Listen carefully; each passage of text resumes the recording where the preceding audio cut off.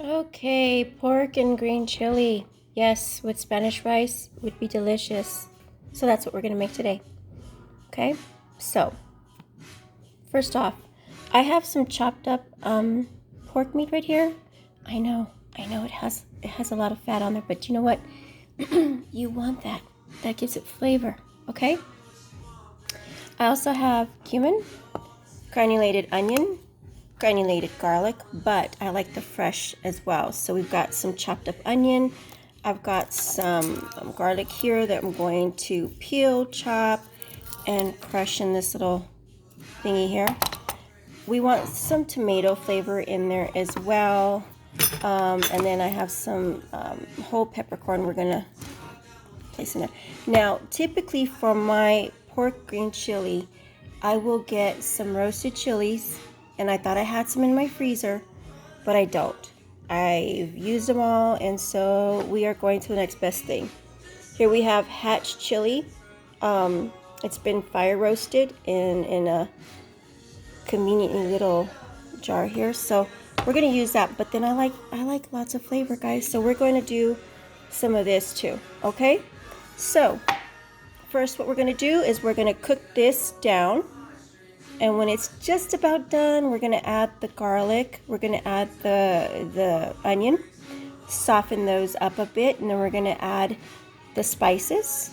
And then when it's all toasted and flavored and seasoned up really well, we're going to add a little bit of flour. And then we're going to add our chili and a little bit of water.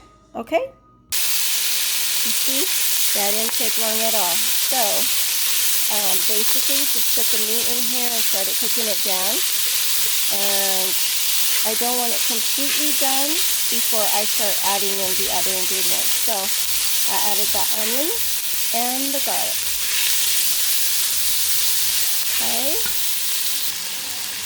Okay, so we are back. Now, do you see how the onion and the garlic is getting kind of clear there?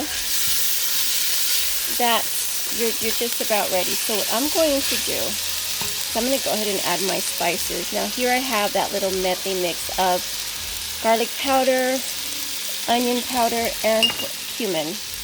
I'm going to let the meat soak up those spices before I add in the chili. And you know that stuff down there on the bottom, that sticky stuff right there, when you add the water, after you've added flour, that stuff that picks up on the bottom, that's what also gives your green chili flavor. So that's good. Okay, now I'm going to add the green chili. I like green chili. I'm going to let this use in there with all that flavor, and I'm going to add a little bit more. Okay, so I opened up that other little container. I'm going to add a little bit more. Yes, I'm doing a lot. See? And then we're going to let this flavor fuse together. Then I'm going to add a little bit of the tomato and let those flavors just balance each other out. Add a little bit of salt, and I'll bring you back. Okay, so you can see that the green chili and the onions are pretty much really cooked down. I'm going to go ahead and add the flour now. I'm going to do that first before I do the tomato. I don't know why. It's just the way I've always done it. See how it starts to get really thick? Right next to my pan here, I have some boiling hot water ready to go. So as the flour toasts, and you're going to want this to toast a little bit and cook down to avoid that raw flour flavor, you really want the flour to cook down, but I'm going to do it on a low temperature so it doesn't toast too fast and end up tasting burnt. And you want that flour to cook down because, like I said, you don't want for it to taste raw and doughy. You just want a thick gravy consistency, and that's where the flour comes in. Okay, so we're gonna do this for a little bit and I'll bring you back. Okay, so I went ahead and added the tomato, and the flour has been cooking here for about 2 minutes. And then as it boils and steams, it's gonna continue to cook, so no worries. And it looks like a big pasty mess, but give it a minute. Now we're adding the hot boiling water, and I'd say about, it's about 4.5 cups, okay?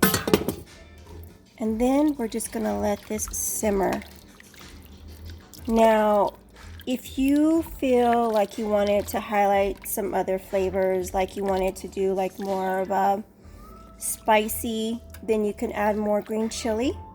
If you wanted to do more like a tomato, then you can chop down some tomatoes and put this in there.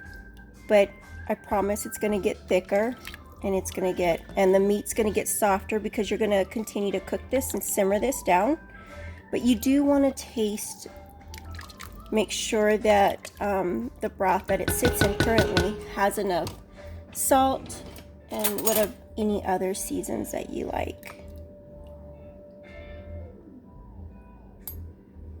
It's good. I think I'm gonna add more green chili just because, well, that's me. I like green chili quite a bit. But it's up to your liking. But basically, that's the basis of pork green chili. You can omit the tomato if you don't like tomato. You can do some tomatillo. That's like a green tomato as well, but it has more of a green chili taste that's not spicy. You can chop up some jalapenos and put that in there. So, and like I said, all that stuff that was in the bottom of the pan is just scraping up nicely. It's going to continue to give everything flavor. But as this cooks, it's going to get thicker. So I will show you here in a minute. Okay, so here we are. And it's just going to get thicker and thicker as it continues to cook down. So pretty much this is basically it.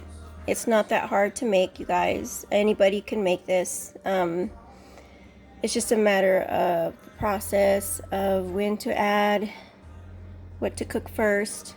And then the spices, they can be as unique as you want them to be with your own flavor preference. And you always want to,